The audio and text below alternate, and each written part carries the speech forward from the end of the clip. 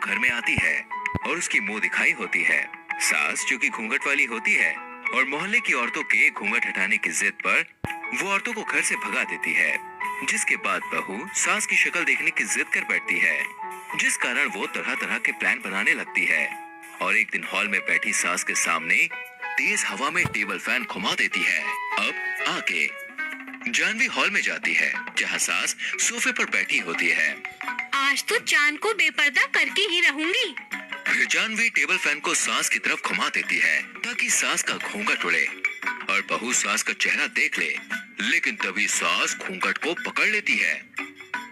अरे कलमुही करम जली नास पीटी, मती मारी गई है क्या तेरी? मुझे सब मालूम है, तू जो ये चेहरा देखने के लिए खेल रचाए जा रही है ना। तो और क्या करूं, अब चेहरा दिखाने से नहीं, गोबर चौप कर रखा है क्या चेहरे पर? जब इतना ही है तो दिखा दो ना अपना ये थोपड़ा। क्यों बच्चों जैसी जिद करे जा रही हो? बेअकल की घोड़ी, जुबान पर लगाम लगा। और मेरा चेहरा है, मैं दिखाऊं या पर्दे में रखूं? तुझे क्या? तभी जानवी सास का चेहरा देखने की जिद में बौखलाकर अपनी सास से भिड़ जाती है। आज तो मैं इस घूंघट के पीछे की सच्चाई जानकर ही रहूंगी। बहुत हो गया ये लुका छुपी का खेल। इसके बाद दोनों सास बहू झगड़ने लगती है। तभी सास बहू को जोरदार थप्पड़ मारती है। देवदासिनी की औलाद, अब बस बहुत हुआ। अब अगर मुझसे भिड़ने की कोशिश भी की तो ठीक नहीं होगा, और आइंदा ऐसी बेहुदा हरकत करने की कोशिश की तो पेटी पहले से तैयार रखना, दूसरे दिन मैके में ही दिखोगी। तो दिखा दो ना चेहरा, पागल हो रही हूँ आपकी वजह से मैं। बहुएं ससुराल आकर राज करने को मांगती है, मैं तो बस चेहरा देखना चाहती हूँ। इसमें गलत क्या है सासू माँ? गलत ये है कि मैं नहीं चाहती कि मेरी शक्ल कोई देखे। अब जा, दफा हो जा, बहुत हो गया तेरा ये ड्रामा। अभी तो मैं चुप हूँ, लेकिन अब और चुप नहीं रहूंगी। फिर अगले दिन बहू किचन में खड़ी होकर चाय बना रही होती है। आज तक जो काम किसी से नहीं हो पाया, अब वो काम ये चाय करेगी। फिर जानवी चाय लेकर सास के कमरे में जाती है। सासू माँ, आपकी प्यारी बहू आपके लिए चाय लेकर आई है। इतना भयानक और डरावना चेहरा देखकर बहू की तो चीखें निकल जाती हैं। भूत! बहू, अरे ओ बेटी, उठ जा, उठ बेटी। तभी जानवी को होश आता है।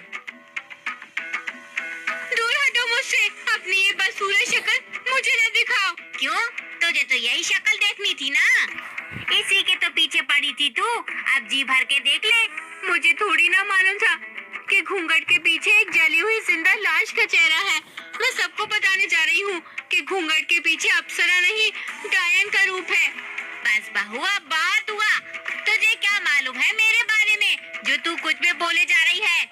फिर सास जानवी को अपने जले हुए चेहरे के पीछे की सच्चाई बताने लगती है। ये बहुत पुरानी बात है। जब मैं 8 साल की थी, तब हम गांव में झोपड़ी में रहा करते थे।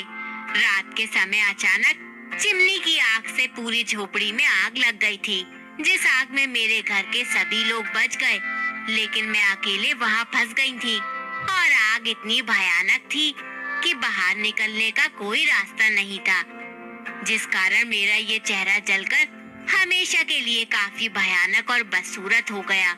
लोगों को मेरी सच्चाई ना पता चले, इसलिए मैं घूंघट में ही रही, ताकि बाद में मेरी जिंदगी में दिक्कत ना आए। लेकिन मैं ये भूल गई थी कि सच को कोई छुपा नहीं सकता, ये कभी ना कभी तो सामने आ ही जाता है। मुझे माफ कर दो सासू माँ, मैं आपकी तकलीफ समझने की जगह आपको और तकलीफ दे रही थी। नहीं नहीं बेटी, ये मुमकिन नहीं है, ये मुझसे ना हो पाएगा। आधी उम्र तो काट ली घूंघट में, बाकी आधी कट ही जाएगी। नहीं सासू माँ, आप जैसी कितनी औरतें हैं समाज में, जिन्हें किसी न किसी कारण से ऐसी दिक्कतों का सामना करना पड़ता है, लेकिन अब और नहीं। अब समाज को आपके घूंघट के साथ नहीं, घूंघट के बिना भी स्वीकारना पड़ेगा। अच्छा ठीक है बहू, देख तू मेरे लिए इतने प्यार से चाय बनाकर लाई थी, कमबख्त ये भी ठंडी हो गई। नहीं सासू माँ, ये चाय मत पीजिए। अरे पागल हो गई है क्या? इसे फेंक क्यों दिया? उसमें मिर्ची थी।